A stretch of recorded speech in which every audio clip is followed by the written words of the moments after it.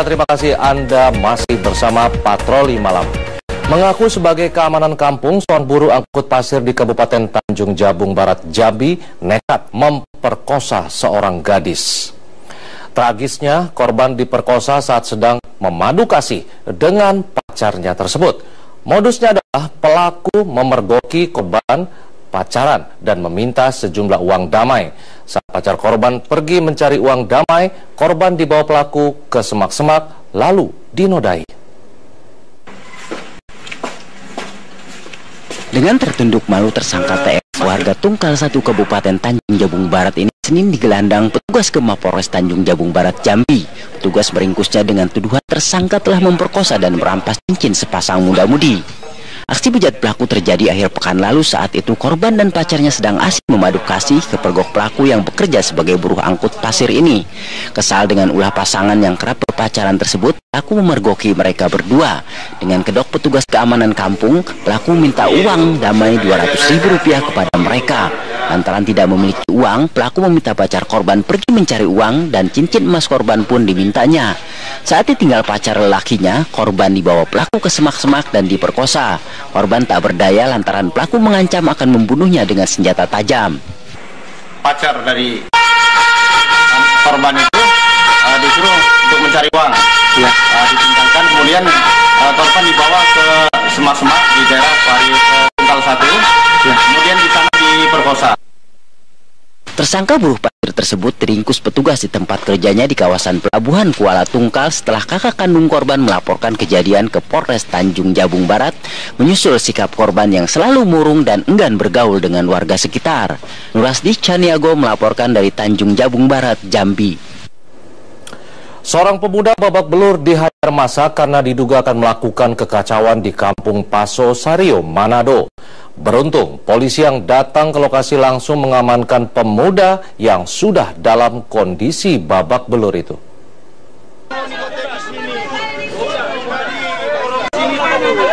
DS warga Pineleng, Minahasa dengan kondisi luka lebam di bagian wajah pada Senin malam diamankan di kantor polisi.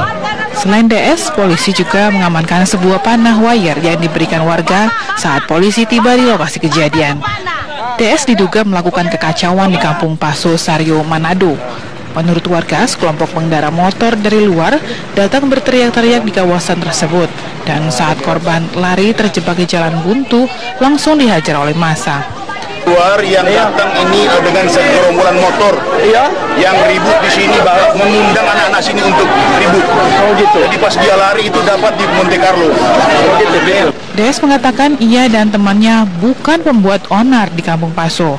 Ia dan teman-temannya justru terjebak di jalan buntu dan dihajar massa.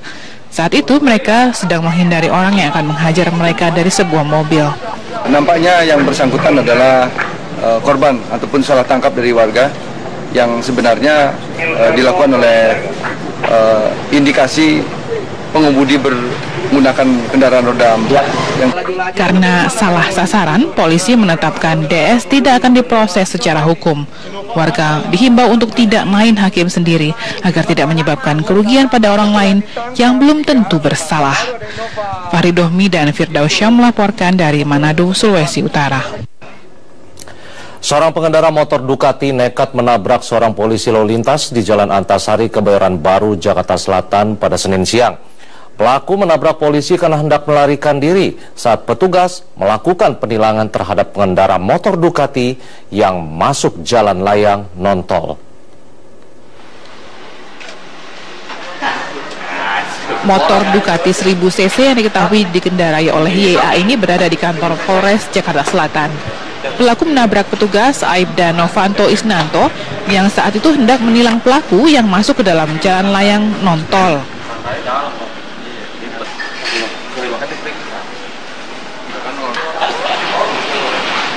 Akibat kejadian itu, petugas polisi yang tertabrak mengalami luka di bagian tangan dan kaki. Kini korban sedang menjalani perawatan di Rumah Sakit Fatmawati, Jakarta Selatan. Karena petugas melihat pelanggaran, tentunya berupaya untuk memberhentikan. Kelihatannya yang bersangkutan itu menghindar, ya, tidak berhenti. Terjadilah menyerempet anggota Aibda. Ya,